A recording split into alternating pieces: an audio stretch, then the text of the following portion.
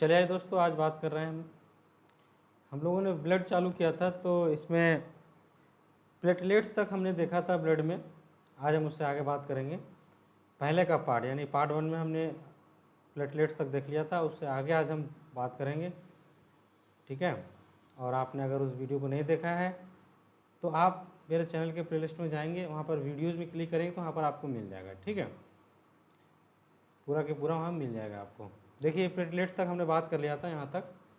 अब यहाँ से आगे बात करेंगे। हमने आपको बताया था कि प्लेटलेट्स जो है वो आपके ब्लड के स्कंदन में मदद करते हैं। स्कंदन का मतलब क्या होगा? ब्लड का क्लोटिंग होना। जैसे कोई हाथ उत कट जाता है तो ब्लड का क्या हो जाता है? कोटिंग हो जाता है, यानी कि कुछ देर तक ब्लड जो है फ्लो निकलता है जहाँ से कटता है, लेकिन कुछ समय के बाद जो है वो ब्लड जम जाता है, और जमने के बाद फिर वो एक मोटी सी उसके ऊपर परत बन जाती है, वो बाहर नहीं निकलने देता। मतलब एक जाली जैसा स्ट्रक्चर क्रिएट हो जाता है जहाँ पर कटता है वहाँ। ठीक है, फिर वो ब्लड जो है वो अंदर से बाहर नहीं निकल पाता, ब्लड क्लोट हो जाता है अपने आप। इसको बोलते हैं ब्लड का थक्का जमना। ठीक है, तो आज यहाँ से स्टार्ट करेंगे। तो सबसे पहले बात हम बात करते हैं कि रुधिर का जमना। ठीक है, ये पूरा मैंने डिटेल में लिखा है, आप पूरा पढ़ लीजिए बढ़िया से, आपको पूरा समझ में आ जाएगा। तो रुधिर का जमने का मतलब क्या हो गया कि चोट लगने पर जब रुधिर, ठीक है, रुधिर वाहिका जो होती है इसमें से रुधिर फ्लो करता है, वो फट जाती है। क्या हो जाता है? फट जाती है। तो उनसे रक्त का वहाँ होने लगता है, मतलब रक्त जो है वो फ्लो होने लगता है। रक्त क्या होता है? फ्लो होने लगता है। तो अधिक रक्त क्षय से मृत्यु हो जा सकती है। अगर ब्लड बहुत ज़्यादा निकल जाए तो आदमी की मृत्यु भी हो सकती है, क्योंकि होमोग्लोबिन कितना होता है मनुष्य में, यानी कि जो मेल होते हैं उनमें 13 से 15, ठीक है, होमोग्लोबिन होता है 13 से 15। फीमेल में तो आपका 11 से 13 होता है। तो बहुत ज़्यादा अगर निकल जाए तो उनकी मृत्यु भी हो सकती है। ठीक है, तो इस रक्त क्षति को रोकने के लिए शरीर का अपना उपकरण है जिसमें रुधिर थक्का बनता है। अब जो ब्लड, जो आदमी का हाथ कट जाता है उसमें क्या होता है? शरीर खुद से एक्टिविटी करता है। ऐसा नहीं है कि हाथ काटा तो आप बाहर से पट्टी बांध दिएगा तभी ब्लड रुकेगा, अदरवाइज ब्लड नहीं रुकेगा। रुकता है अगर आपका जख्म बहुत ज़्यादा हो, मतलब बहुत ज़्यादा जख्म, आप बोलेगा हाथ आधा आधा कट गया हो, तो वहाँ पर थक्का जमना बहुत मुश्किल है। ठीक है ना, वहाँ थक्का जमना बहुत मुश्किल है। लेकिन हल्का फुल्का जब कटता है तो वहाँ थक्का जम जाता है और ब्लड जो है रुक जाता है। तो उस क्षति से बचने के लिए, यानी कि जो आपकी जो किसी भी व्यक्ति की मृत्यु हो सकती है, उस क्षति से बचने के लिए क्या होता है कि शरीर का अपना एक उपक्रम होता है, वो अपने एक्टिविटी करता है, वो अपने क्रिया एक्टिविटी करते रहता है, जिसमें क्या होता है? रुधिर का थक्का बनता है। ठीक है, रुधिर का क्या बन जाता है? थक्का बन जाता है। तथा चोट रक्त स्राव को क्या कर देता है? बंद कर देता है। तो चोट रक्त स्राव यानी चोट लगने के कारण जो रक्त फ्लो कर रहा था वो रुक जाता है। तो रुधिर का स्कंदन अथवा थक्का बनना एक जटिल प्रक्रिया है। अब जो, अगर हमने आपको क्या बोला, हमने बोला कि रुधिर का स्कंदन होता है, तो ऐसा नहीं है कि ब्लड निकला और तुरंत हो गया। उसमें बहुत सारी जटिल प्रोसेस है, वो कि एक स्टेप की प्रोसेस नहीं है, एक स्टेप की प्रोसेस नहीं है, वो बहुत जटिल प्रोसेस है। उसके अंदर बहुत सारी एक्टिविटी होती हैं स्टेज बाय स्टेज, तब जा करके रुधिर का थक्का बनता है। सिंपल नहीं है ब्लड निकला और थक्का बन गया, थोड़ा सा जटिल प्रोसेस होती है। अभी मैं बताऊंगा कौन कौन प्रोसेस होती है, हर एक चीज़ प्रोसेस के बारे में डिटेल से बात करूंगा। ठीक है, तो जिसके लिए अन्य कारकों की आवश्यकता होती है और इसके लिए बहुत सारे कारकों की आवश्यकता भी होती है। मैं आप लोगों को एक बात बोलना चाहता हूँ, आप मेरे चैनल पर अगर आए हैं तो जाहिर सी बात है कि आप जनरल साइंस की आपको ज़रूरत है और आप किसी कॉम्पिटिटिव एग्जाम की तैयारी कर रहे हैं। मैं आपको विश्वास दिलाना चाहता हूँ कि मैं आपको कंप्लीट जनरल साइंस प्रोवाइड करूँगा विथ क्वेश्चंस। अभी तो मैं आपको कंसेप्ट दे रहा हूँ, यहाँ से आप नोट्स बना सकते हैं। तो आप मेरे वीडियो को लाइक या डिसलाइक जो करना है एज योर विश, लेकिन कीजिएगा ज़रूर, और वीडियो पे कमेंट जरूर कीजिए। मेरा भाई और बहन जो भी हैं, आप वीडियो पे कमेंट जरूर कीजिएगा। वीडियो जो है हम चैनल पे मेहनत कर रहे हैं, मेरा चैनल का रीच नहीं बढ़ा है। प्लीज़ आप वीडियो पे कमेंट ज़रूर करें, जो भी आप फील कर रहे हो उस चीज़ को आप हमारे कमेंट में ज़रूर बताएं। ठीक है, आप लोगों का कमेंट चाहे अच्छा हो चाहे बुरा हो, हम लोग को मोटिवेट करता है कुछ नया करने के लिए। तो प्लीज़ आप कमेंट जरूर कीजिएगा। ठीक है, तो रुधिर के जमने के मुख्य चरण क्या है? निम्न निम्न है, चलिए उन पर बात करेंगे। तो सामान्यतः क्या होता है कि रुधिर वाहिनियों के अंदर नहीं जमता है। हमारे जो ब्लड वेजल्स होती हैं, जिसको हम लोग क्या बोलते हैं, एक आर्टरी होता है, एक सिरा होता है। अब आर्टरी सिरा में भी बात करेंगे, जब हम हार्ट्स के बारे में पढ़ाएंगे ना, तो हम आर्टरी और सिरा के बारे में भी बात करेंगे, यानी धमनी और सिरा के बारे में भी बात करेंगे। ठीक है, जिसको वेनस बोलते हैं इंग्लिश में, उस पर भी बात करेंगे कि किसमें ब्लड आपका प्योर फ्लो करता है, किसमें इम्प्योर ब्लड फ्लो करता है, क्यों करता है, कहाँ पर प्योर होता है, कैसे होता है, हर एक चीज़ के ऊपर बात करेंगे। पूरा हार्ट का हम लोग स्ट्रक्चर को भी समझेंगे बढ़िया से। परंतु जब क्षतिग्रस्त रुधिर वाहिकाओं से रक्त बहने लगता है तब, ठीक है। लेकिन थक्का कब जमता है? थक्का ब्लड के, जैसे ब्लड वेजल जो है ना उसके अंदर, ये मान के चलिए ब्लड वेजल है, ठीक है, ये ब्लड वेजल है, इसके अंदर जो ब्लड है वो मूव करते रहता है, वो जमता नहीं है, ठीक है, वो नहीं जमता। लेकिन जैसे ही यहाँ पर कटा तो ब्लड जब बाहर निकलने लगेगा तो यहाँ पर क्या हो जाता है, एक थक्का जम जाता है, ठीक है, ब्लड का क्या हो जाता है, स्कंदन हो जाता है, ब्लड जो है वो जम जाता है। तो क्यों जम जाता है, इसी प्रोसेस को हम अभी समझने वाले हैं।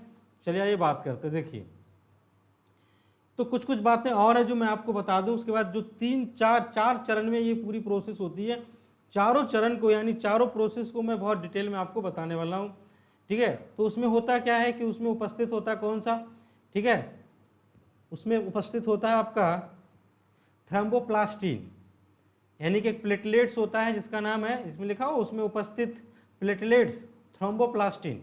ये क्या प्लेटलेट्स है, नामक पदार्थ जो है वो स्रावित करती है। मैंने आपको क्या बताया कि रुधिर में प्लाज्मा होती है, जैसा कि मैंने आपको बताया कि रुधिर में क्या होती है, प्लाज्मा, रुधिर में क्या होती है, प्लाज्मा होती है, ठीक है। तो जब रुधिर बाहर निकलता है, कट जाता है, तो जब रुधिर बाहर निकलता है तो प्लाज्मा क्या करता है कि प्लाज्मा में एक पाया जाता है क्या चीज, थ्रोम्बोप्लास्टिन नामक पदार्थ। तो जैसे ही ब्लड बाहर निकलता है, हाथ जब कट जाता है या कोई पार्ट्स कट जाता है, तो प्लेटलेट्स क्या करता है, थ्रोम्बोप्लास्टिन नामक पदार्थ को क्या करता है, स्रावित कर देता है, वो उसको एक्टिव कर देता है। तो जैसे ही वो एक्टिव करेगा वो बाहर निकलना स्टार्ट करेगा। तो जब वो बाहर निकलता है तो थ्रोम्बोप्लास्टिन और कैल्शियम की उपस्थिति में क्या होता है, रुधिर में उपस्थित, रुधिर में प्रोथैम्बिन पाया जाता है और थ्रोम्बिन पाया जाता है। यानी कि आप देखिए क्या लिखा हो, बहुत सिंपल सी बात मैं आपको बता रहा हूँ कि प्लेटलेट्स में थ्रोम्बोप्लास्टिन नामक पदार्थ पाया जाता है, यानी कि वो उसको स्रावित करती है, कौन, प्लेटलेट स्रावित करती है, ठीक है। तो थ्रोम्बोप्लास्टिन क्या करता है, थ्रोम्बोप्लास्टिन जो है वो कैल्शियम की उपस्थिति में रुधिर में क्या पाया जाता है, प्रोथाम्बिन पाया जाता है। ये मैंने आपको कब बताया, ये मैंने तब बताया था जब मैं प्लाज्मा के बारे में आपको बता रहा था कि 92% प्लाज्मा में जल पाया जाता है, 8% प्लाज्मा में क्या पाया जाता है, अन्य तत्व पाए जाते हैं। उन अन्य तत्व में आपके पास प्रोथाम्बिन और फाइब्रिनोजन, ये दो चीज़ें पाई जाती थी जो मैंने आपको बताया था कि ये जो फाइब्रिनोजन है, ये जो आपके प्रोथाम्बिन है, ये ब्लड के स्कंदन में मदद करता है। तो थ्रोम्बोप्लास्टिन जो है वो कैल्शियम की उपस्थिति में रुधिर में क्या प्रेजेंट होता है, रुधिर में उपस्थित होता है, ठीक है। थ्रोम्बिन जो है वो रुधिर, प्रोथाम्बिन जो है वो रुधिर में उपस्थित होता है, ठीक है, प्रोथाम्बिन जो है वो रुधिर में उपस्थित होता है। तो किसकी उपस्थिति में, ठीक है, थ्रोम्बोप्लास्टिन की उपस्थिति में, थ्रोम्बोप्लास्टिन की उपस्थिति में, यानी कि जो थ्रोम्बोप्लास्टिन प्लाज्मा से जो सीक्रेट हुई है, यानी कि जो वहाँ से प्लाज्मा के द्वारा जिसको सीक्रेट किया गया है, वो क्या करता है, कैल्शियम की उपस्थिति में रुधिर में जो प्रोथाम्बिन पाई जाती है उसको कन्वर्ट कर देता है, किसमें, थ्रोम्बिन में। किसमें कन्वर्ट कर देता है, थ्रोम्बिन में कन्वर्ट कर देता है। किसमें कन्वर्ट कर देता है, थ्रोम्बिन में परिवर्तित हो जाता है। और यह थ्रोम्बिन जो है वो प्लाज्मा में उपस्थित, अब ये जो थ्रोम्बिन कन्वर्ट हुआ है, ठीक है, ये जो थ्रोम्बिन कन्वर्ट हुआ है प्लाज्मा में क्या पाया जाता है, फाइब्रिनोजन पाया जाता है।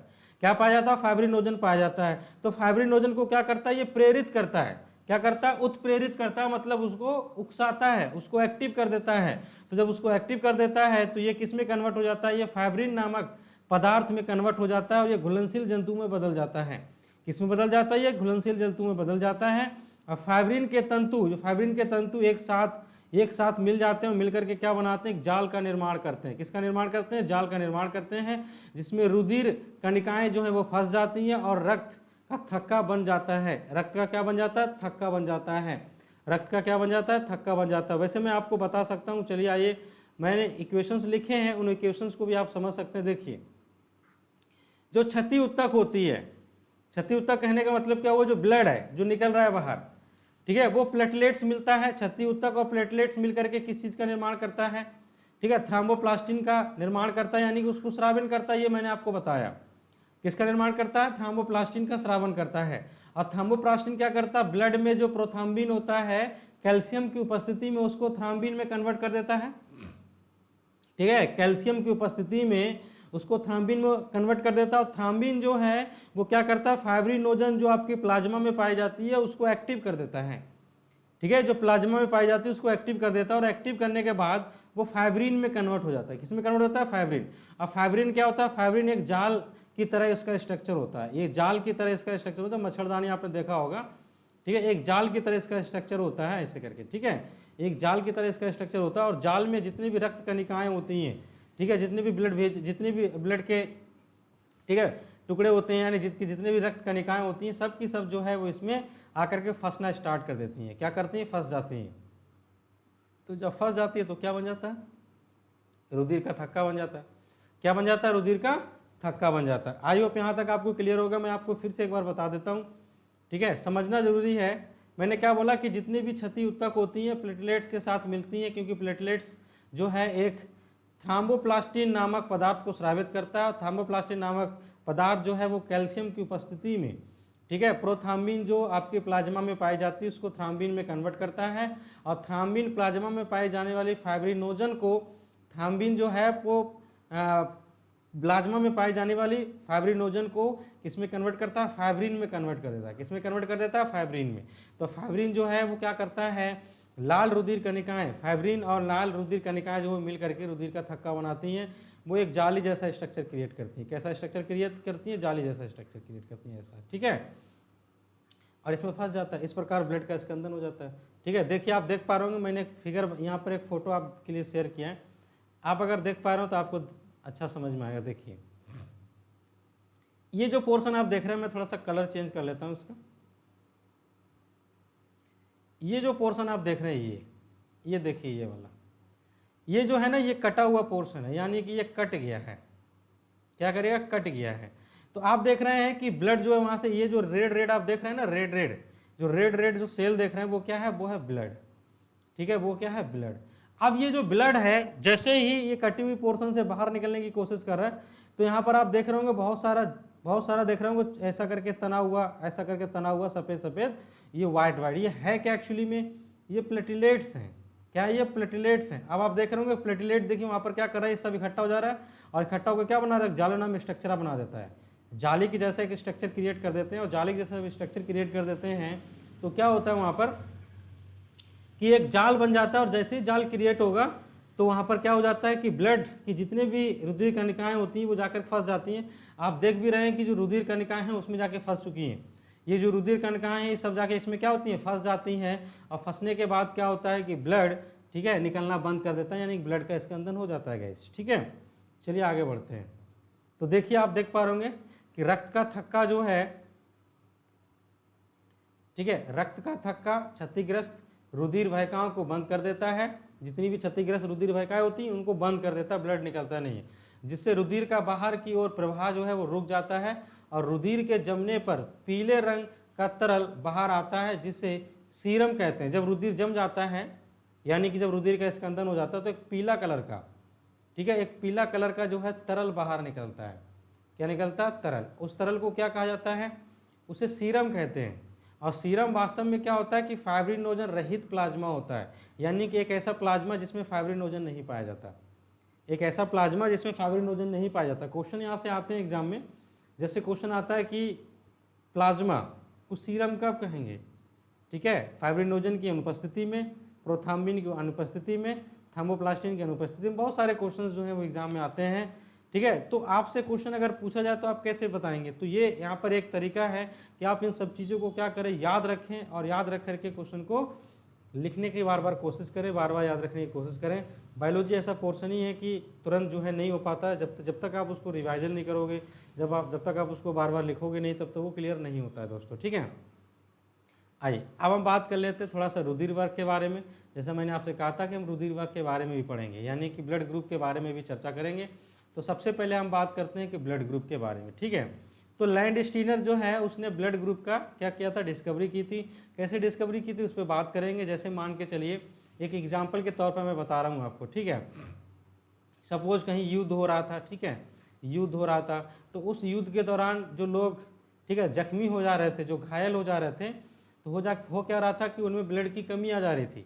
क्या आ जा रही थी? कमी आ जा रही थी। जब ब्लड की कमी आ जा रही थी तो लोगों ने क्या किया कि क्यों ना हम एक स्वस्थ व्यक्ति में से जिसमें ब्लड है, उस व्यक्ति का ब्लड जिस व्यक्ति में ब्लड की कमी है उस व्यक्ति को ब्लड चढ़ाया जाए।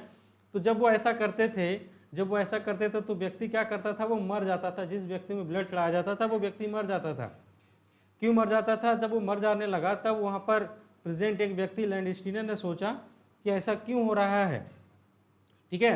बहुत सारी बातें हैं, जरूरी नहीं है कि युद्ध में एक आपको समझाने की बात कर रहा हूँ। तो वहाँ पर जो व्यक्ति लोग प्रेजेंट थे उन्होंने दिमाग लगाया कि ऐसा क्यों हो रहा है भाई, ब्लड चढ़ाने से ही उसकी मौत क्यों हो जा रही है। ठीक है, तब लोगों ने दिमाग लगाया और वहाँ पर एक लैंडस्टीनर था, लैंडस्टीनर ने भी बताया, क्या बताया, उसने बताया कि ब्लड में एक, ठीक है, ब्लड में एक प्रोटीन पाई जाती है जिसको ग्लाइकोप्रोटीन कहते हैं।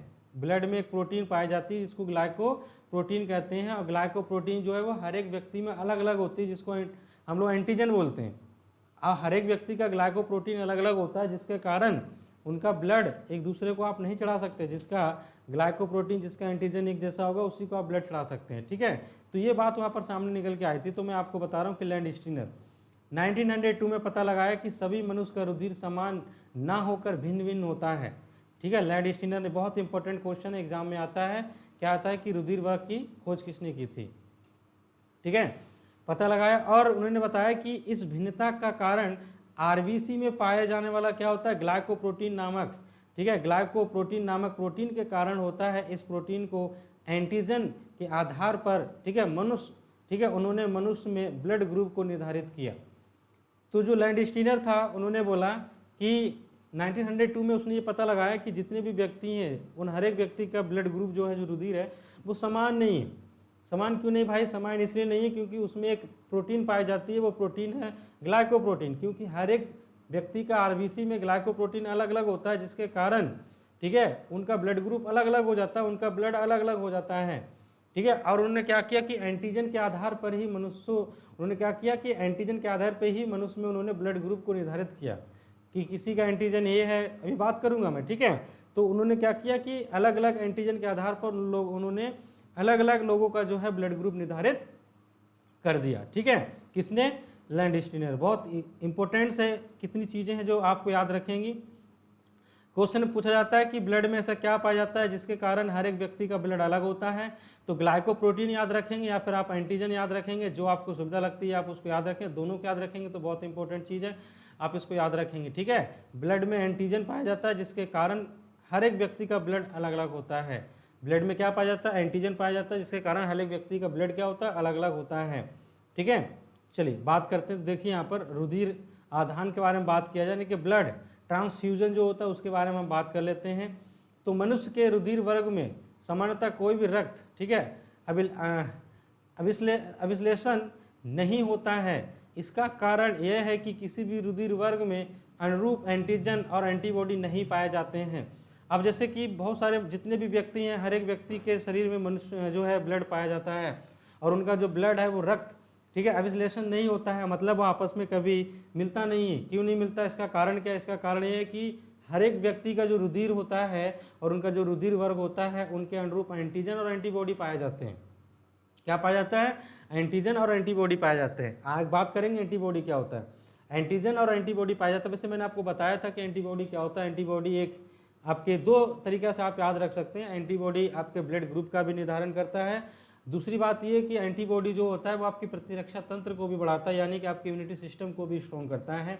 और ये आपके प्लाज्मा में पाया जाता है। कहाँ पाया जाता है, प्लाज्मा में पाया जाता है। ये जब मैंने तब बताया था जब मैं प्लाज्मा के बारे में आपको बता रहा था। ठीक है, तो आई होप आपको क्लियर हो गया होगा, समझ में आ गया होगा तो मैंने क्या कहा। ठीक है, तो अनुरूप एंटीजन और एंटीबॉडी नहीं पाए जाते हैं, अर्थात एंटीजन ए के साथ एंटीबॉडी ए और एंटीजन बी के साथ जो है वो एंटीबॉडी बी उपस्थित नहीं हो सकते। अगर किसी व्यक्ति में एंटीजन ए पाया जाता है तो उसमें एंटीबॉडी ए नहीं होगा। अगर किसी व्यक्ति में एंटीबॉडी बी है तो उसमें एंटीजन बी नहीं होगा, उल्टा होगा। अगर किसी में एंटीजन ए है तो उसमें एंटीबॉडी बी होगी। अगर किसी में एंटीजन जो है वो बी है तो उसमें एंटीबॉडी ए होगी। यानी कि सेम एंटीजन और सेम एंटीबॉडी नहीं पाए जाते हैं। इस बात का आप याद रखना, किसी भी व्यक्ति में सेम एंटीजन सेम एंटीबॉडी नहीं पाए जाते हैं ब्लड में। इस बात को आप याद रखेंगे। ये आपका क्वेश्चन बहुत इंपॉर्टेंट है एग्जाम के पॉइंट ऑफ व्यू से। ठीक है, मैंने क्या कहा, मैंने कहा कि किसी भी व्यक्ति का एंटीजन और एंटीबॉडी सेम नहीं होता। किसी भी व्यक्ति का एंटीजन और एंटीबॉडी सेम नहीं होता, इस बात को आप याद रखेंगे। तो देखिए मैंने ब्लड ग्रुप लिखे, ब्लड ग्रुप 4 होते हैं, ए बी और ए बी और ओ। ठीक है, एंटीजन ए में ए होता है, बी में बी होता है, ए और ए बी में ए बी होता है, और ओ में क्या होता है, नील होता है। ठीक है, ओ का कोई भी एंटीजन नहीं होता है, ओ का कोई भी एंटीजन नहीं होता है। एंटीजन याद रखना बहुत आसान है, जो ब्लड ग्रुप होता है वही उसका एंटीजन होता है। ठीक है, जो ब्लड ग्रुप होता है वही उसका एंटीजन होता है, ये याद रखना बहुत आसान है। ठीक है, खाली ओ में आप याद रखेंगे, ओ का कोई भी एंटीजन नहीं होता, नील होता है। ठीक है, लेकिन एंटीजन का जस्ट उल्टा क्या याद रखोगे आप, एंटीबॉडी। ए का एंटीबॉडी बी होगा, बी का एंटीबॉडी ए होगा, और ए बी का नील हो जाएगा। ए बी का क्या हो जाएगा, नील। लेकिन नील का क्या हो जाता है, ए बी। नील का क्या हो जाता है, ए बी। इसको भी आप याद रखेंगे। मैं फिर से बता रहा हूँ, ब्लड ग्रुप जो है वही उसका एंटीजन होता है, और एंटीजन का अपोजिट क्या होता है, एंटीबॉडी होता है। इसको याद रखना बहुत आसान है, बहुत ज़्यादा टफ नहीं है। आप आराम से इसको क्या कर सकते हैं मेरे दोस्तों, याद कर सकते हैं। ठीक है, समझ गए मेरी बात को। एग्जाम में यहाँ क्वेश्चन आता है, आप इसको याद रखेंगे। देखिए मैंने क्या किया है, मैंने यहाँ पर एक चार्ट बनाया, और चार्ट में मैं आपको बताऊंगा कि कौन व्यक्ति किसको ब्लड दे सकता है। तो ये मान के चलिए डोनर है, जिसमें किसी में ब्लड ए है, किसी में बी है, किसी में ए बी है, किसी में ओ है। ठीक है, ये अब आइए मैं इस पर थोड़ा चर्चा कर लेता हूँ। देखिए क्या, जैसे मैंने कहा था ये ब्लड ग्रुप है, ठीक है, और ये एंटीजन है। ये क्या है, एंटीजन। इसके ऊपर हम ये ब्लड ग्रुप है। तो ये अब एक चीज़ मैं और थोड़ा सा रफ कर देता हूँ, उसके बाद बताता हूँ। मैंने आपको क्या बताया, मैंने आपको बताया कि जो ब्लड ग्रुप होगा वही उसका एंटीजन होता है। ठीक है, जो ब्लड ग्रुप होगा वही उसका क्या होता है, एंटीजन होता है। वही क्या होता है, एंटीजन। तो यहाँ मैं क्या लिख सकता हूँ, ए बी। ठीक है, क्या लिख सकता हूँ, ए बी। थोड़ा सा पीछे। ठीक है, और ओ का क्या होता है, ओ का तो आप जान ही रहे हैं, ओ का होता है नील, यानी ओ में कुछ भी नहीं पाया जाता। अब ये क्या है, ये ब्लड ग्रुप है ए, इसका एंटीजन, ये एंटीजन है। क्या है, ये एंटीजन। क्या है, ये एंटीजन। तो देखिए ये ब्लड ग्रुप ए है। ठीक है, ब्लड ग्रुप ए है, इसका ये एंटीबॉडी है। अरे रुकिए, ठीक है, ये एंटीबॉडी है दोस्तों, थोड़ा तबीयत ठीक नहीं है। ठीक है, तो ये क्या है, ये है आपका एंटीबॉडी। ये क्या है, एंटीबॉडी। ठीक, तो ये है आपका एंटीजन, ये है एंटीबॉडी। क्योंकि आप जानते हैं एंटीबॉडी जो है वो एंटीजन का उल्टा होता है, और जब उल्टा होता है तभी पॉसिबल होता है एक व्यक्ति दूसरे व्यक्ति को ब्लड दे सकता है, अदरवाइज पॉसिबल नहीं है। एक व्यक्ति का जो एंटीजन है वही इसका अगर एंटीबॉडी है तो वो ब्लड नहीं दे सकता। ब्लड कब देगा, ब्लड तब देगा जब उसका एंटीजन और एंटीबॉडी अपोजिट हो। जैसे देखिए मैंने क्या कहा, ये ब्लड ग्रुप ए है, ये एंटीजन है। ठीक है, ये क्या है, इसकी एंटीबॉडी, तो ये ब्लड दे सकता है, ये दे सकता है। और जिसके यहाँ पर ए है और यहाँ ए, ये ब्लड नहीं दे सकता।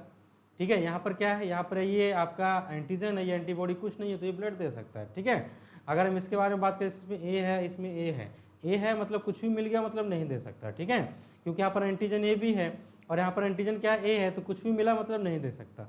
अब देखो ये है एंटीजन बी और यहाँ पर क्या है, एंटीबॉडी बी, तो ये ब्लड नहीं दे सकता। यहाँ पर एंटीजन बी है और यहाँ पर एंटीबॉडी क्या है, ए है, तो ये ब्लड दे सकता है। ठीक है, ये इसको दे सकता है, ये इसको दे सकता है। अगर हम बात करें से बी है, इसमें बी है, तो आप जान रहे हैं कि दोनों में कुछ तो सिमिलरिटी है। जब बी मिल रहा है मतलब वो ब्लड नहीं दे सकता। अगर हम ए बी के बारे में बात करें, इसमें ए बी है तो ये भी ब्लड नहीं दे सकता, ये भी ब्लड नहीं दे सकता, ये इसको ब्लड दे सकता है। और ये तो दोनों की दोनों सेम है तो ब्लड दे नहीं सकता। ठीक, अगर हम इसके बारे में बात करें, इसे नील है, इसमें कुछ भी नहीं है, तो ये सबको ब्लड दे सकता है। ठीक है, ये सबको ब्लड दे सकता है। किसको दे सकता है, सबको। तो यहाँ पर एक चीज़ आप ध्यान से देखें, आप इसको फिर से लिख करके बनाने की कोशिश करें। मैं आपको फिर से एक बार बता देता हूँ। ठीक है, इस बात को आप समझें, काफ़ी इंपॉर्टेंट्स है। और कौन किसको ब्लड दे सकता है ये बहुत ज़्यादा इंपॉर्टेंट है, एग्जाम में आता है। यूनिवर्सल डोनर और यूनिवर्सल एक्सेप्टर, उस पर बात करेंगे। मैंने कहा ये ब्लड ग्रुप ए है, इसके अंदर एंटीजन ए पाया जाएगा। ये ब्लड ग्रुप है, इसके अंदर एंटीजन बी पाया जाएगा। ये ब्लड ग्रुप आपके पास क्या है, बी, इसके ए बी, इसके अंदर एंटीजन ए बी पाया जाएगा। इसके अंदर एंटीजन क्या है, नील, इसके अंदर कोई भी एंटीजन नहीं। Antigen A antibody B blood दे सकता है, antigen A antibody A blood नहीं दे सकता। एंटीजन ए है और एंटीबॉडी कुछ नहीं, ब्लड दे सकता है। एंटीजन ए है, एंटीबॉडी यहाँ भी ए है तो ब्लड नहीं दे सकता। अब देखिए यहाँ पर एंटीजन बी है, यहाँ पर एंटीबॉडी बी है तो ब्लड नहीं दे सकता। ठीक है, यहाँ पर क्या है, एंटीजन बी है, यहाँ एंटीबॉडी ए है, ब्लड दे सकता है। या बी है, दे सकता है, यहाँ नहीं दे सकता है। यहाँ देखेंगे आप, ये नहीं दे सकता, इसको भी नहीं दे सकता, इसको दे सकता है, इसको भी नहीं दे सकता। इसमें तो इसमें एंटीजन है ही नहीं, तो ये सबको दे सकता ब्लड। ठीक है, इसका मतलब क्या हो गया, ओ क्या है, ओ आपका यूनिवर्सल डोनर कहलाता है। ठीक है, यूनिवर्सल क्या कहलाता है, यूनिवर्सल डोनर। इस बात को आप याद रखेंगे, वो सबको ब्लड दे सकता है। ओ जो है वो सबको ब्लड दे सकता है। और अगर हम बात करें किसके बारे में, अगर हम बात करें देखो ए बी के बारे में, ए बी क्या होता है मेरे दोस्तों, ए बी ये होता है यूनिवर्सल एक्सेप्टर। ठीक है, यूनिवर्सल, ठीक ठीक है। एक्सेप्टर, यूनिवर्सल एक्सेप्टर कहने का मतलब क्या हुआ, ये सबको ब्लड दे सकता है, सॉरी ये सबसे ब्लड ले सकता है। ये क्या कर सकता है, सबसे ब्लड ले सकता है, यूनिवर्सल एक्सेप्टर है AB, ये सबसे ब्लड ले सकता है, ठीक है, और वो सबको ब्लड दे सकता है, ठीक है। आई होप समझ में आया होगा। आप इसको एक बार लिख करके फिर से प्रैक्टिस कीजिए, कौन किसको ब्लड दे सकता है, काफ़ी इंपॉर्टेंट है, एग्जाम में क्वेश्चन यहाँ से बनते हैं। अगर हम RH फैक्टर के बारे में बात करें, काफ़ी इंपॉर्टेंट टॉपिक है RH फैक्टर, ठीक है, इसको भी हम समझते हैं कि RH फैक्टर क्या होता है। RH फैक्टर सन 1944 में लैंडस्टीनर और वीनर, ये दो व्यक्ति हैं, ये बहुत ज़्यादा इंपॉर्टेंट है, एग्जाम में आता है कि RH फैक्टर की खोज किसने की थी, तो लैंडस्टीनर और वीनर।